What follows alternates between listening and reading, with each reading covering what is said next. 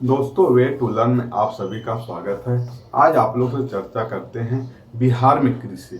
इसके पहले वीडियो में आप लोगों ने देखा होगा बिहार में कृषि पार्ट 1, जिसमें मैं मुख्य रूप से बतलाया था बिहार में कृषि के परिचय, बिहार में कृषि के पिछड़ेपन की क्या कारण है और बिहार में कृषि के विकास की क्या क्या संभावनाएं हैं, जो पार्ट 1 में मैं डिटेल से चर्चा किया हूँ।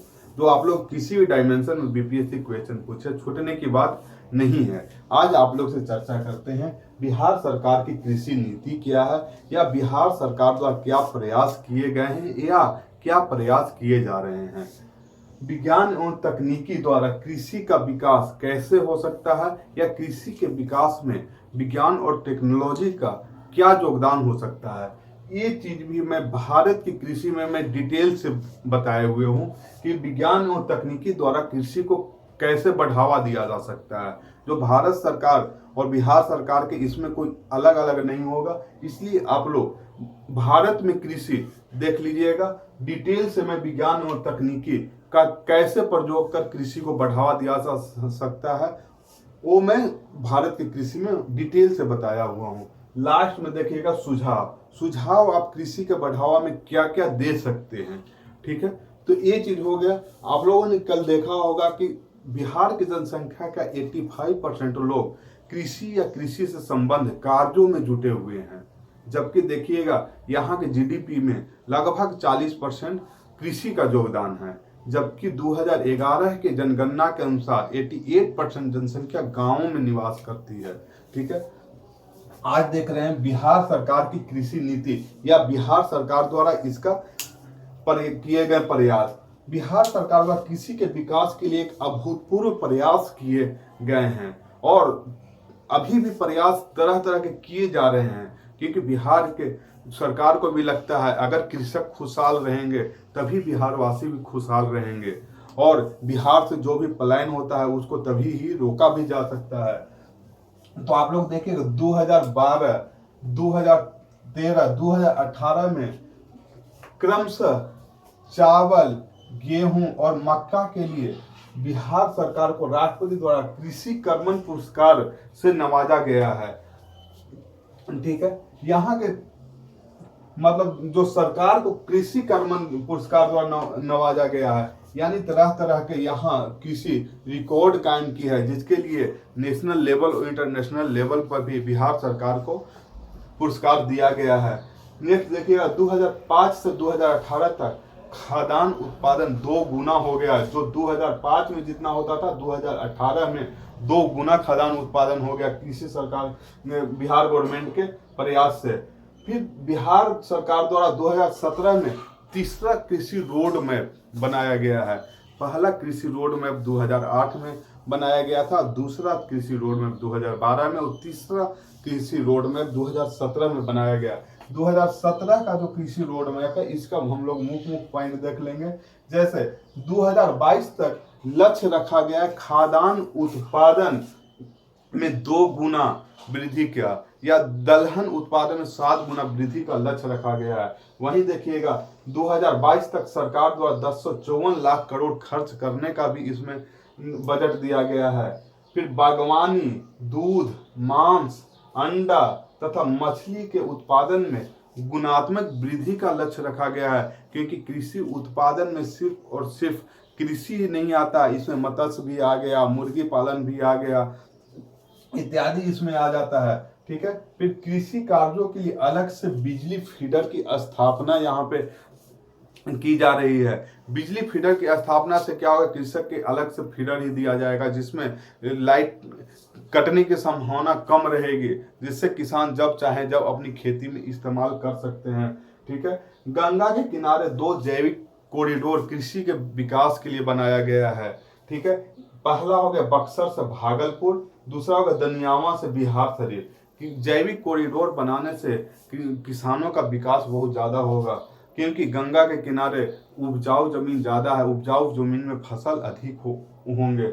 सीवेज जल का उपचार कर सिंचाई में प्रयोग करने का बिहार गवर्नमेंट ने एक अच्छा पहल किया है या अच्छा कदम उठाया है। सीवेज जल के उपचार कर सिंचाई में प्रयोग उसको किया जा सकता है, ताकि धरातलीय जो जल है वो ज़्यादा नीचे नहीं पहुंच सके। ठीक है। गया में कृषि इंजीनियरिंग कॉलेज तथा फूड टेक्नोलॉजी कॉलेज, यानी गया में कृषि इंजीनियरिंग कॉलेज और फूड टेक्नोलॉजी कॉलेज की स्थापना कृषि के विकास को बढ़ावा देने के लिए बिहार सरकार द्वारा किया गया है। फिर 2017 के जो कृषि रोड मैप है, इसका मुख्य उद्देश्य बिहार सरकार का है हर एक भारतीय की थाली में एक बिहारी व्यंजन हो। यानी कहीं भी आप भारत में चले जाएं, उसकी थाली में एक बिहारी व्यंजन जरूर नजर आए। ये तीसरा कृषि रोड मैप का बिहार गवर्नमेंट का लक्ष्य रखा गया है। फिर इंद्रधनुषी क्रांति पे भी यहाँ पे ध्यान दिया जा रहा है, ताकि कृषि का चहुमुखी विकास किया जा सके। जैसे मखाना उत्पादन, दूध उत्पादन, मत्स्य उत्पादन, मुर्गा उत्पादन, अंडा उत्पादन, सब कृषि में ही शामिल कर लिया गया। इसको इंद्रधनुषी क्रांति के नाम से जाना गया है। मतलब कृषक के चहुमुखी विकास हो, यही बिहार सरकार के मेन लक्ष्य है। देखिएगा कि कई कृषि उत्पादों को जीआई टैग के साथ निर्यात एवं बिक्री का प्रावधान किया गया है। जैसे कतरनी चावल, जर्दालू आम, मगही पान और शाही लीची को भी जीआई टैग प्रदान किया गया है। इसमें आप शाही लीची भी जोड़ सकते हैं। शाही लीची को भी जीआई टैग प्रदान किया गया है। वहीं देखिएगा पटना में कृषि व्यवसाय प्रबंधन तथा आरा में बायोटेक्नोलॉजी कॉलेज की स्थापना किया गया है।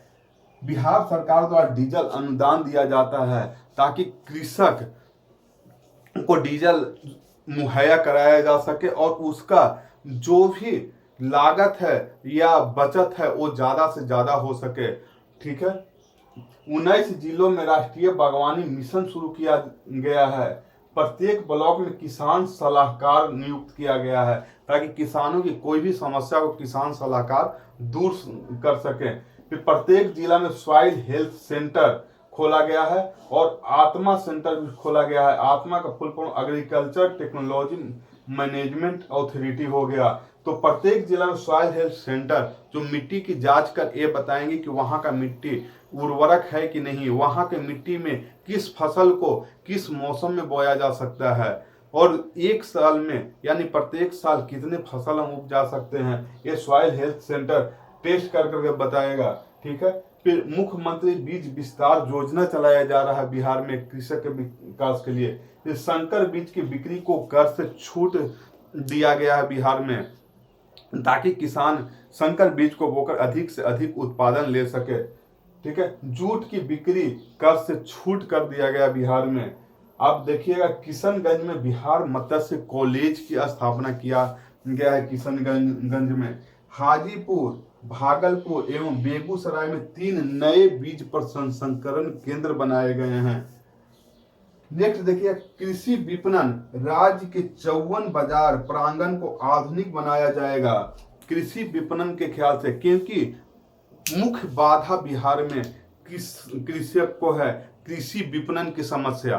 कृषक तो फसल उपजा लेते हैं, उसकी विपणन यानी मार्केटिंग की यहाँ पे सबसे बड़ी समस्या है। तो उसी से रिलेटेड बिहार गवर्नमेंट ने राज्य के 54 बाजार प्रांगण को आधुनिक बनाया जाएगा यहाँ पे।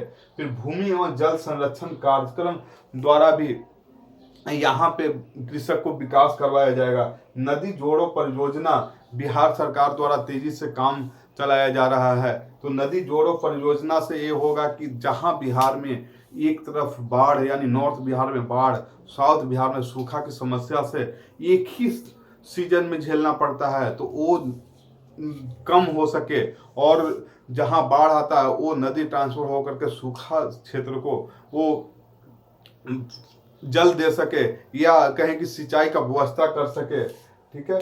फिर राजस्व एवं भूमि सुधार पे भी बिहार सरकार द्वारा जोर देकर के कृषक को विकास में बढ़ावा दिया जा रहा है। तो ये आप लोग को हो गया बिहार में क्या कृषक के प्रति नीति रही और बिहार सरकार द्वारा क्या किया जा रहा है प्रयास। फिर विज्ञान एवं तकनीकी द्वारा कृषि को क्या विकास और कैसे विकास किया जा सकता है, ये भारत की कृषि में मैं डिटेल से चर्चा किया हूं। आप लोग से रिक्वेस्ट है कि भारत की कृषि आप लोग देख लीजिएगा, बहुत ज़्यादा मैं डिटेल से मैं बतलाया हूं। तो भारत की कृषि और बिहार की कृषि में विज्ञान और तकनीकी का कोई अलग अलग नहीं होगा, वही चीज़ आप बिहार की कृषि में भी लिख सकते हैं। फिर लास्ट में देखिएगा सुझाव क्या दे सकते हैं कृषि के बढ़ावा के लिए।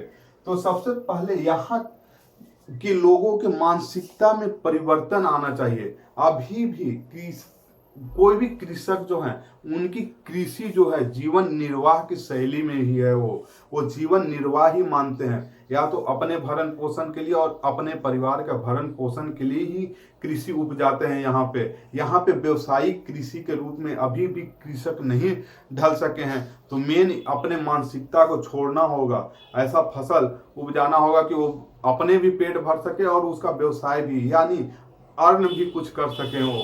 ठीक है, नेक्स्ट देखिएगा बाढ़ एवं सूखे के निजात के लिए नदी जोड़ो परियोजना पर तेजी से काम करना होगा, ताकि एक ही सीजन में, जहां बिहार का एक तरफ नॉर्थ बिहार बाढ़ से झेल रहा होता है और साउथ बिहार सूखा को झेल रहा होता है, तो इस समस्या को दूर किया जा सके। फिर जैविक कृषि को बढ़ावा दिया जाना चाहिए। जैविक कृषि को जितना ज़्यादा से ज़्यादा बढ़ावा मिलेगा, किसान की लागत और उतना ही शून्य बजट हो सकता है।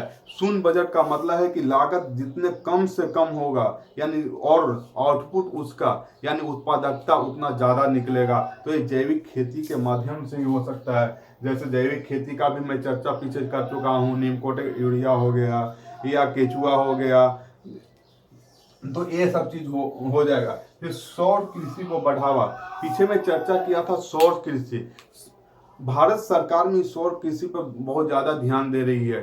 सौर कृषि में किसान को सब्सिडी भी दिया जा रहा है, इसमें सब्सिडी भी दिया जा रहा है। तो बिहार सरकार द्वारा सौर कृषि को अपनाना चाहिए कि इसमें बिजली भी कम खर्च होगा, डीजल भी कम खर्च होगा, सूरज की रोशनी द्वारा पंप सेट चालू होगा और किसान को इसमें क्या है, कम लागत से उत्पादन ज्यादा होगा, यानी उसका मुनाफा ज्यादा इसमें बचेगा। लागत कम होगा तो मुनाफा ज्यादा होगा। ठीक है, फिर देखिएगा उन्नत बीजों के प्रयोग को बढ़ावा दिया जाना चाहिए। यहाँ अभी भी क्या होता है, लोग अपने फसल उपजाते हैं और उसी फसल में से कुछ अंश नेक्स्ट यानी अगले साल प्रयोग के लिए रख देते हैं, तो उससे फसल कम उपजता है। जो उन्नत बीजों के प्रयोग को बढ़ावा देना चाहिए। किसानों को उचित मूल्य मिल सके, यानी बिचौलियों पर रोक लगना चाहिए। ठीक है, अनुभवी किसानों के अनुभव को साझा किया जाना चाहिए। जो भी अनुभवी और राष्ट्रीय लेवल पर जिनको पुरस्कार मिल चुका है, उनके जो अनुभव हैं वो बिहार वासियों से साझा किया जाना चाहिए। जैसे आप देख रहे होंगे नालंदा के सुमंत कुमार को चावल और आलू के लिए राष्ट्रीय पुरस्कार मिल चुका है। तो सुमंत कुमार के अनुभव क्या रहे हैं, उसके बिहार के कृषक के सामने उनके जो भी अनुभव हैं वो साझा किया जाना चाहिए। उसी तरह देखिए मुजफ्फरपुर के किसान चाची, इसकी भी चर्चा बहुत ज़्यादा रहती है। वो सबका जो भी अनुभव है साझा करके किसानों को प्रोत्साहन किया जाना चाहिए। फिर तकनीकी पर ध्यान देना चाहिए, क्योंकि अभी भी बिहार के अधिकांशतः कृषक पारंपरिक खेती ही करते हैं। तो पारंपरिक खेती नहीं करके वो अगर टेक्नोलॉजी पर ध्यान दे तो उनका लागत भी कम लगेगा, मेहनत भी कम लगेगा और उनका उत्पादन की क्षमता ज़्यादा बढ़ेगी। तो ये होगा बिहार का कृषि। ठीक है दोस्तों, अगर ये वीडियो आप लोग को अच्छा लगा हो तो प्लीज़ लाइक और सब्सक्राइब करना नहीं भूलें। कमेंट बॉक्स में भी आप लोग कमेंट लिख करके ज़रूर बताइए ये वीडियो आप लोगों को कैसा लगा है। तब तक के लिए ओके, बाय बाय।